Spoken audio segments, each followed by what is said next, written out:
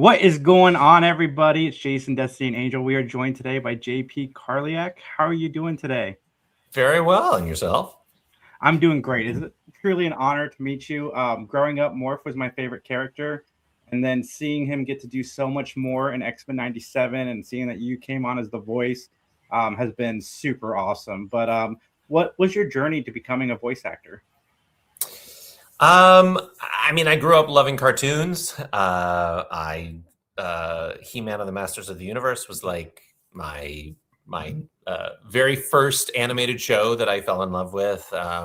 Followed quickly by She-Ra and Tiny Toons and Animaniacs and Batman the Animated Series, and certainly lots and lots of Looney Tunes. And once I understood that cartoons weren't real and that there were people doing the voices, I still was under the impression that it couldn't be a real job. It had to be something that they only let people do. For instance, I came to this conclusion when I saw Robin Williams portray the genie in Aladdin. So that really became my trajectory. Like, okay, I'm going to go to Hollywood and become famous, and then they will let me do voiceover. And luckily, I had a professor in college who kind of disabused me of that notion. It was like, or you could just get an agent and audition. So I started taking classes. My mentor was Bob Bergen, the voice of Porky Pig. He recommended me to an agent who my voiceover career started 20 years ago this year. So, yeah. It's just been plugging away gradually ever since. What was it like stepping into some of the iconic roles like or Boss Baby? They're all different degrees of nerve-wracking, I guess. It's when you're doing a legacy character, which is the majority of my career, there's each one comes with its own set of expectations, both by the fan base and also just the producers who are making the show. So, like, for instance, when I did Boss Baby, they wanted an exact sound-alike to Alec Baldwin. And they wanted just a direct continuation of the movies. When I did the Tin Man for the Wizard of Oz show that I did, it was more just like sort of an homage to the 30s film, so that it didn't have to sound just like it. And, people aren't as violently precious about the way the Tin Man sounds as they might be, let's say, the Joker, which is, of course, they have very specific opinions about. So each thing kind of comes with its own feelings. I'm certainly a fan myself of so many of these properties. So I have my own expectations. And I think my lesson in all of this of doing so many sound-alikes is eventually it's like, I just have to know that I'm doing a good job and that I'm treating the material with reverence, and hopefully people see that, or hear that. What was it like reading the scripts for X-Men '97? Because X-Men '97 it is a real show. Like they discuss and they go into real topics. And I remember crying throughout that season that we just watched, and I can't wait for the next season, by the way. What was it like stepping into that, taking over for the voice of Morph and reading those scripts? Like I was crying like a baby at episode 5 or 6. Sure. I wasn't in episode 5, so I didn't even know what was going to happen until I think I was at a party with the cast after we watched episode 3 or 4. Well, it must have been 4 because we saw the first 3 in one chunk at the premiere. And they were like, "Yeah, the next episode." I'm like, "Why? What happens? I don't know." and that's the thing. Like, I didn't necessarily. I read the whole pilot. But the pilot changed a lot. Like, we recorded it several times. So I kind of lost track over time. Like, wait, are we still doing this thing? And is that still a thing? So what's going on here? And then for other episodes, I would just kind of pop in. So it would really just be like, I would get a few pages and, just pop into it. So really my journey with Morph was less about following the specific arc of the story of the season, and more about like, okay, what are my core relationships? But is of course to Wolverine, So it's like, what's happening here? How are we reacting to each other? You know, and otherwise he's just being a smartass and just sort of, you know, doing his thing. So it was really more important to me to make sure that I got the character down and just trusted that the directors and the animators and everybody had the idea of like how they were going to stitch it all together and, you know, tell such a broad story. But I mean, yeah, I saw episode 5 and I was like gobsmacked. It was just every episode was incredible to me because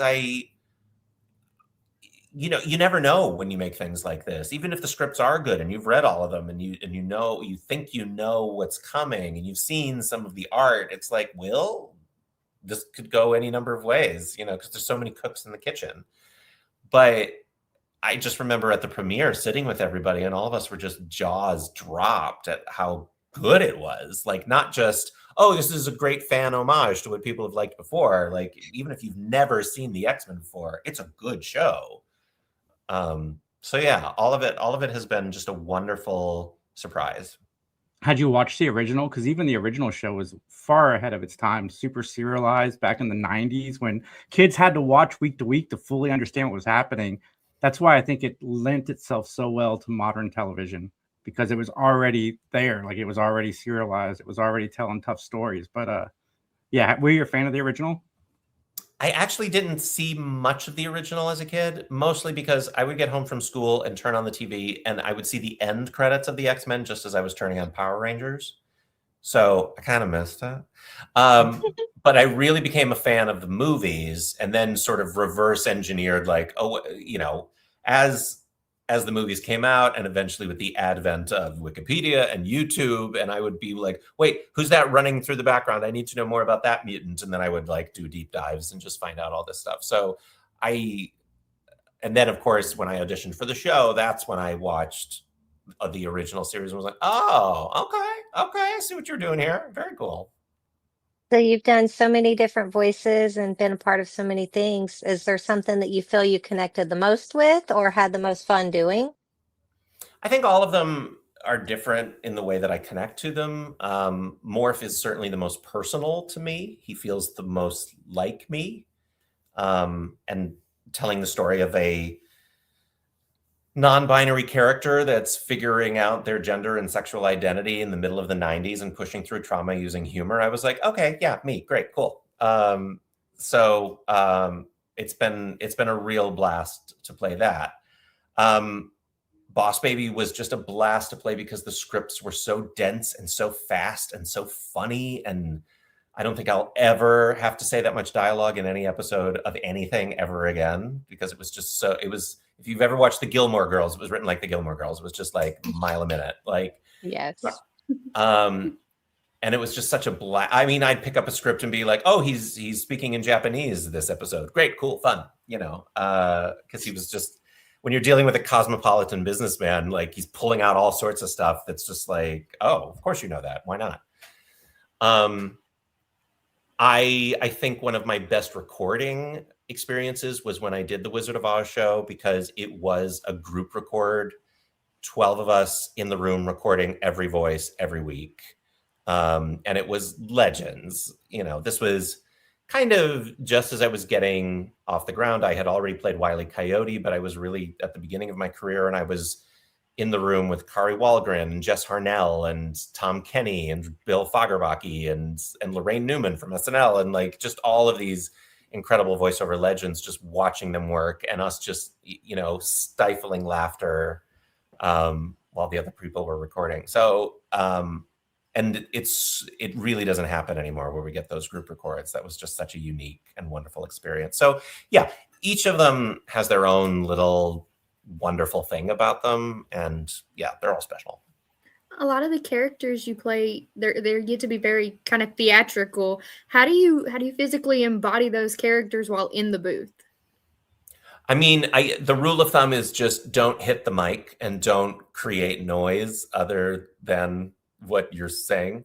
But I mean, all the things, you know, whatever you need to get there. I definitely stand when I record.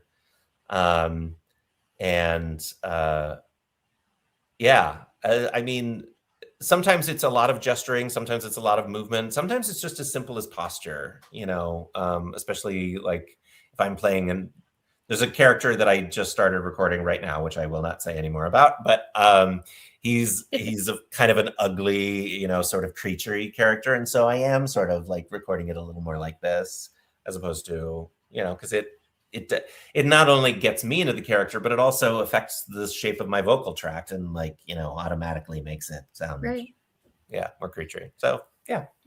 Did you have any like theatrical background before you went to Hollywood for this, or did you kind of go in green? I went to school for theater, and did plays and musicals and stuff like that.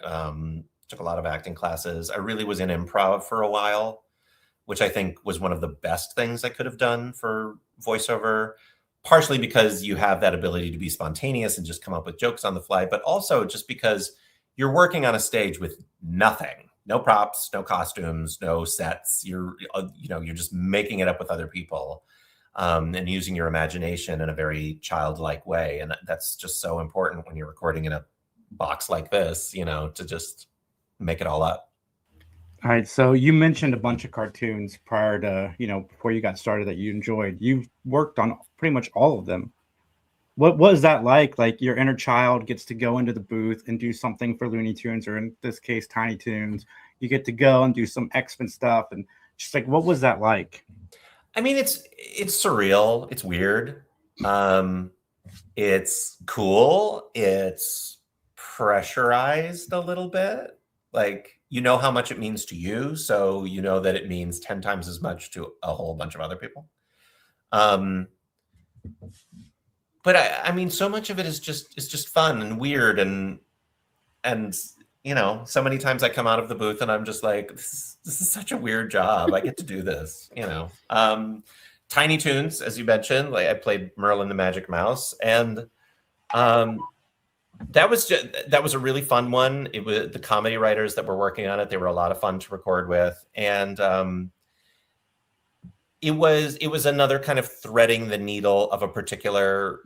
They wanted a particular version. They didn't want to sound alike of the original. They wanted more of like, because the original is kind of like a Tascadero Escondido. He's a lot more relaxed and sort of sleepy, maybe a little drunk. And they wanted a guy who was a little more car salesman-y, So it was sort of like, all right, this is what they want, but I still want to make sure that the people who, are like, that's actually not what he sounded like in the original in the 1967.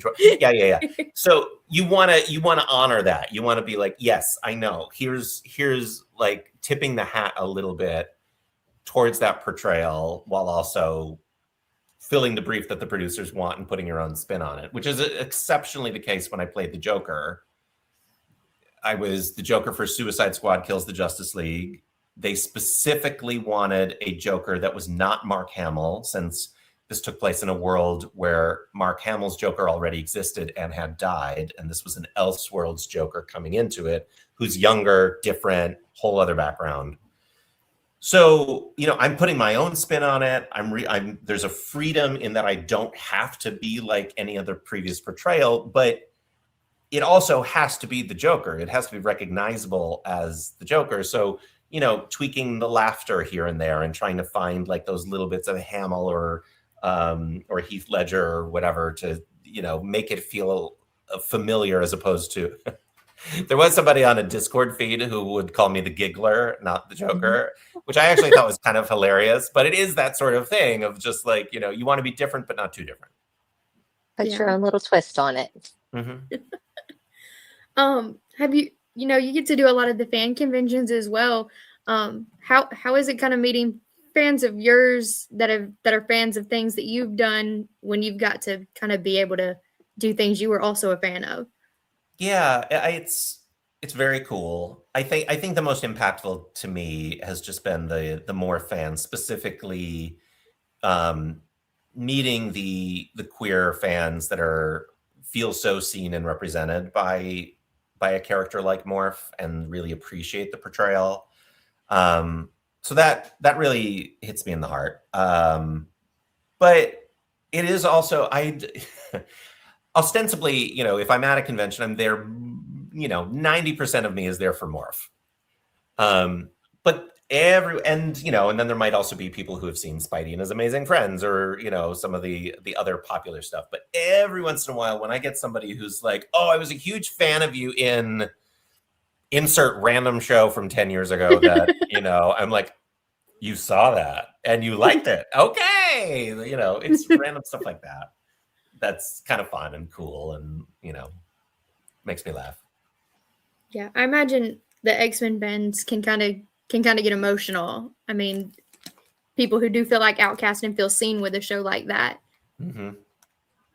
Totally. I mean, it's in so many ways, X-Men is the anti-Avengers. Is like, you know, the Avengers are celebrated and lauded, and everybody, you know, loves them, and the X-Men are the exact opposite, and yet they continue to do good and seek justice anyway. So yeah, they're a very important team. So what are your passions outside of voice acting? Well, I do a bunch of nonprofit work. One of them is very voiceover connected. I run this organization called Queerbox, which is a nonprofit academy and community for LGBTQIA+ voice actors. And essentially, we offer classes, workshops. We have a free online talent directory.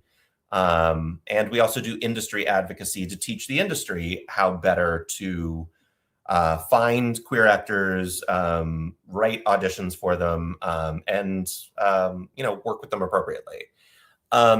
And so on top of that, then I also, my pal Courtney Taylor, who's also a voice actor, we founded Nerds Vote, which is the nonpartisan nonprofit that brings voter registration opportunities to comic book readers, cosplayers, con goers, and pop culture fans of all kinds, aka nerds. So those two things take up a lot of stuff. I mean, aside from that, like, you know, I love movies and music and all that, but you know, this takes up a lot of time.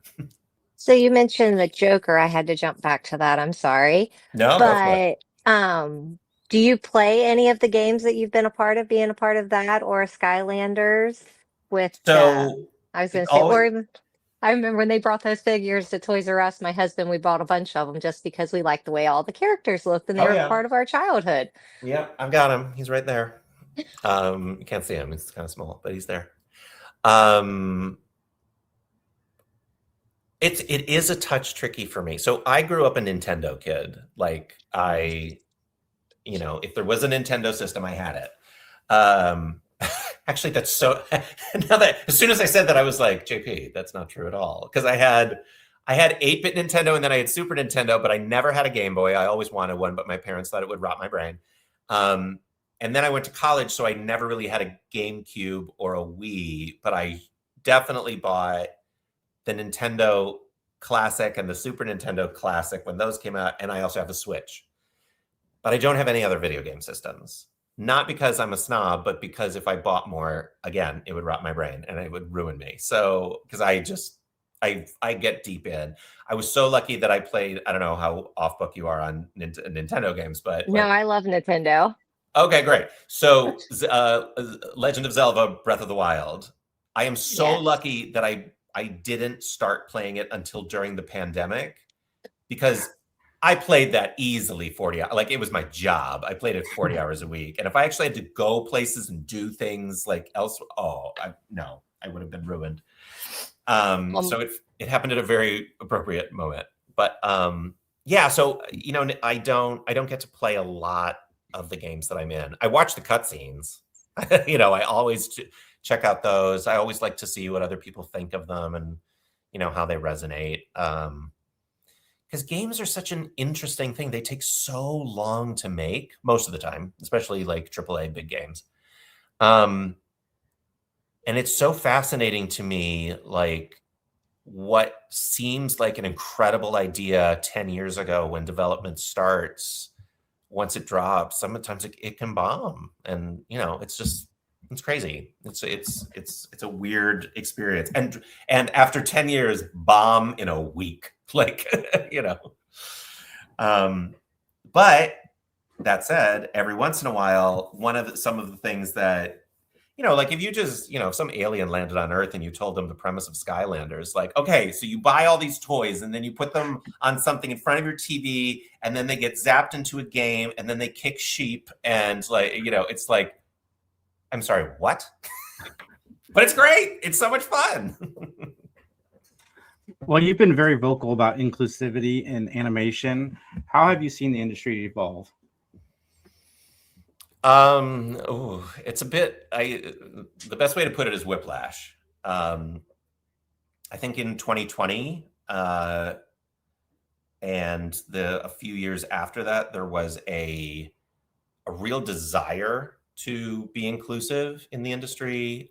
They were like falling all over themselves to make sure that they had a diversity in their cast and that they were seeing all kinds of people, sometimes without any training whatsoever, just like yanking people into the booth and being like, you're this, great, get in. Which was a very short-sighted way of doing things. I mean, so much of it, so many times the market in general, I mean, just think of the uses of AI. It feels like everywhere you go, I mean, it's CVS to get, your prescription or, going to get boba or whatever. It's like now powered by AI. It's like, why? What's happening that we need AI in the boba or whatever? But I'm making that up. I think but there is that sense that the diversity thing happened, and rather than being thoughtful about it, like, okay, this is something we have lacked for a long time. These are actual people who are trying to make careers in this business, and there are actual people out there who want to feel seen. Maybe some mentorship, maybe like some, having people shadow each other, making sure that not only are we throwing people on screen, but also, writing, producing in the executive suite, like at all sorts of levels to really build authentic stories. Because whether you're a part of an underserved community or not, like, when we see something like Black Panther or Coco or Moana, or, we see it. We might not have that experience, but we recognize something that feels deeply authentic. And it hits a little differently. It feels like, just such like a real story. Like I'm seeing something, I'm learning something, but it also feels exceptionally human and relatable. And you also know when it's fake, and when, again, whether you're part of the community or not, you can sort of suss out like that something doesn't feel right about this. Something feels plastic about it. And it feels like so much of what went into diversity in those early days was throwing anything against the dartboard. There was so much backlash that happened. And of course, they blamed the diversity rather than the slipshod way it was attempted to be implemented. And of course, now we are even further back than we were 5 years ago, where, I mean, in the organization that in Queerbox, when we first started 5 years ago, it was really all about, lead with your identity, also have training to back it up, but, tell people, how you identify and push for that authentic casting. Now it's more like, okay, let's make sure that we train you to be very well-rounded actors that can play a whole bunch of things, because let's be honest, you're probably not going to get to play your authentic identity for a good long minute. So it's a challenge. And one hopes that in the way that the pendulum has swung one way, it will again swing back the other. So why do you feel representation in that voice acting matters? It matters in a few different ways. It matters to the fans who identify a particular way. When there's a default or a perceived default where white, cis, straight, able-bodied, of a certain body type, like, when that's considered the vanilla of the ice cream world, like this is where we start and then we add from there. And it always feels like you're not the default. Like they will never default to you. You will always be the add-on. You will always be the sprinkles. You will always be if you're lucky. There's something kind of dehumanizing about that. There's something that feels very like, oh, I'm not important enough. There's this set of identifiers that are always the most important, and then there's the ones that are considered less than. And that really can do something to you. I mean, we all have them in different ways, you know, sometimes like our economic background, the accent that we grew up with, just the part of the country that we're from. We all have the job we have. Like there's all sorts of things that societally will be looked on as less than, and it makes us feel less than. So I think so much about representation is really putting forward the beauty of our diversity and being like, no, you're not less than. It's just different. It's just different stories. And I love to see stories that reflect me because it feels personally satisfying. I also love to see stories that are beautiful and authentic, but that I've never seen before, that are rarely told, because it feels like, you know, not to be cheesy, but it's sort of that Hands Across America, like sort of feeling. It's like, oh, we're all just people. Isn't this great? You know? So I think that's part of it. The other part of it that I think is also so important is the idea of, like me, seeing Robin Williams be the genie and being like, that's something I want to do. I never faced the roadblock of, that's not a career for me because of anything about how I look or about, you know, some way that I identify or what my background is or my parents or anything like that. You know, I face the hurdles that a lot of people face, and like, you know, it's hard, it's tough, kid, you know, you got to have, you know, moxie and whatever, like, sure. But like, but none of the other things. Whereas so many of the people that I know who are people of color or queer, you know, or trans specifically, and don't have, like, I'm fortunate in the sense that I can bust out a Boss Baby impression and be perceived a certain way. So, you know, there is stifling of people's dreams for their career, and the unfortunateness of those people that were brought into the industry 5 years ago when it was like, yeah, we want you. Now they can't.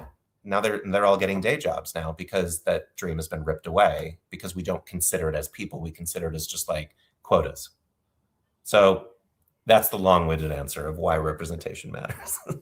I'm the same way. I love to see stories that, you know, are different than my personal story, and that's why I watch movies like Black Panther, and why I like the character Morph so much. Like, it's nice to see different stories, because then it gets stale, it gets boring if you see the same thing over and over again, the same kind of people on the screen.